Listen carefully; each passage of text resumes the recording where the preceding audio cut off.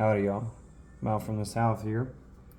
Got some clear epoxy. I'm about to pour the final coat on 3 of these crosses here. First one I have right here is called Molten Burple, which is a blue purple. Then this one here is Caribbean, just straight Caribbean. And this big one here is actually a turquoise base with a Caribbean top layer. And you can check out the videos for these in my post. So let's do this.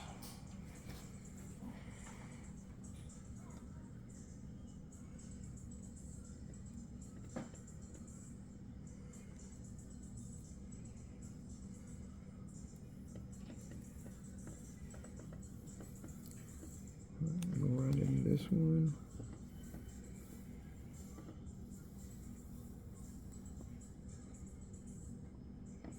Then here, hit that one up. Whoa, that's a lot. I'm gonna wait a second and see what I need. I still got about half of that left. So I gotta pour more on this one. That's what I gotta do.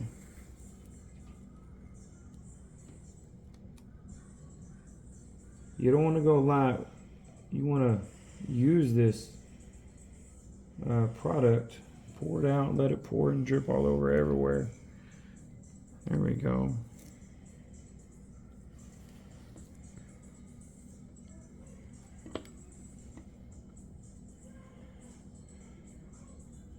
There we go. Pour it out.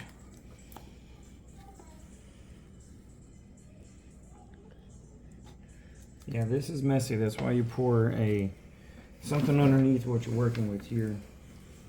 All right, and then I'm just going to take this little brush that I've been using earlier and just make sure I got all the edges nice and smooth,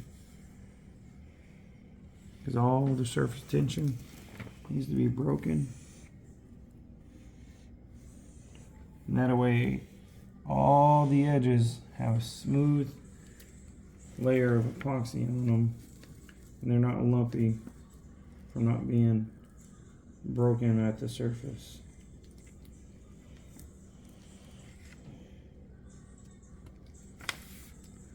And I just poured this out at 95 degrees.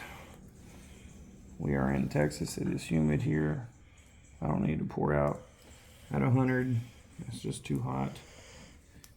And it will get gummy real quick. I'm just trying to hit all the edges briefly so everything's broken and can break up evenly.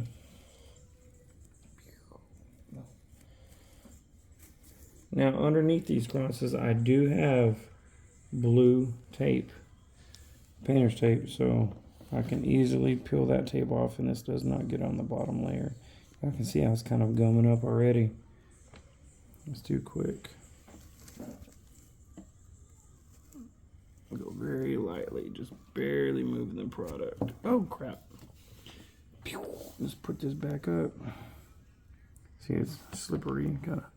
Now I gotta look for any divots that I just put my fingers in, because you will see those in the final product and we don't want to do that. Okay. Let me see here what we got going on ahead of some of these drips. It's just easier to clean off later. Oh, gotta be careful. I have upward pressure, but you don't want too much. I'm not left-handed, so this is kind of hard to get over here. There we go. Now it does seem like a waste with all that product underneath. I don't like it either, but it does cover the entire area of the cross. All right, there we go. And what I like to do here is just hit all these big drips.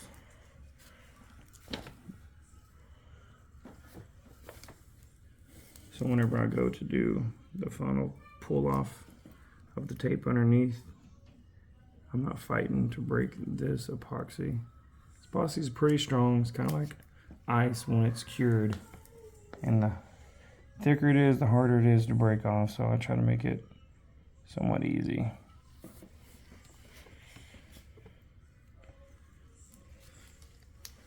Give me a minute and I'll show you how we get rid of all the bubbles.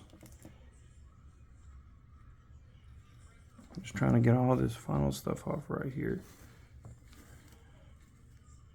After its initial pour, that should be good to go. Now I will take some of this and pour it back on here because I see a spot on there with it didn't cover its surface.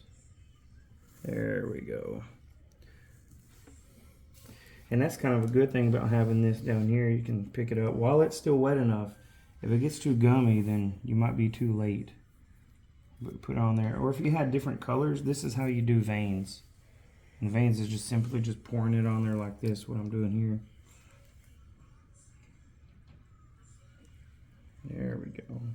Okay, and I ain't worried about it being too level because it is self-leveling. And as it heats up, it will level out a little bit more. And then it will be completely solid and smooth.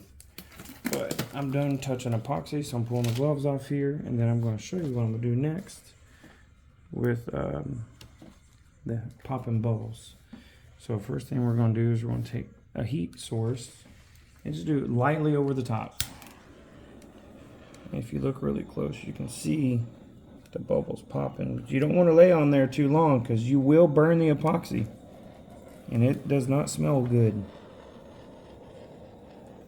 If you can imagine what a smell would be, I would try to say burn glue if you can. If you ever smelt burnt glue, that's kind of what this almost smells like. Alright, looks pretty good. Even, sorry about the chair noise, but now I'm going to hit this once with a 99% isopropyl alcohol, and then I'm done with this, and we'll just let it cure. Oops. All right. I'll show you a little something cool here. If you give me, let's look at this cross here. Check this out. While alcohol is on it, you can catch it on fire. All it does is burn the alcohol, and it seems it's all evaporated by now. That one got on fire, and then we'll hit this last one, which it did not catch on fire because I let it dissolve. The weight of the alcohol is more dense than the epoxy, so what the alcohol does, if here's your epoxy layer, once this alcohol hits it, it actually droops down underneath that layer. So if there are any bubbles underneath it, it kind of hits those bubbles and forces them upwards, and that's when those bubbles come to the top and pop. But the isopropyl alcohol is really good to use when you're working with epoxy. But check these things out, and I'll post them, the final one, tomorrow. Molten Burple, Caribbean. Then we have Caribbean on top of Turquoise. Look at that. You can see like the greenish colors on top, and then the darker blues. That's the turquoise underneath it. There you have it. 3 crosses in process. Thanks for watching. Be sure to subscribe and watch for more videos later.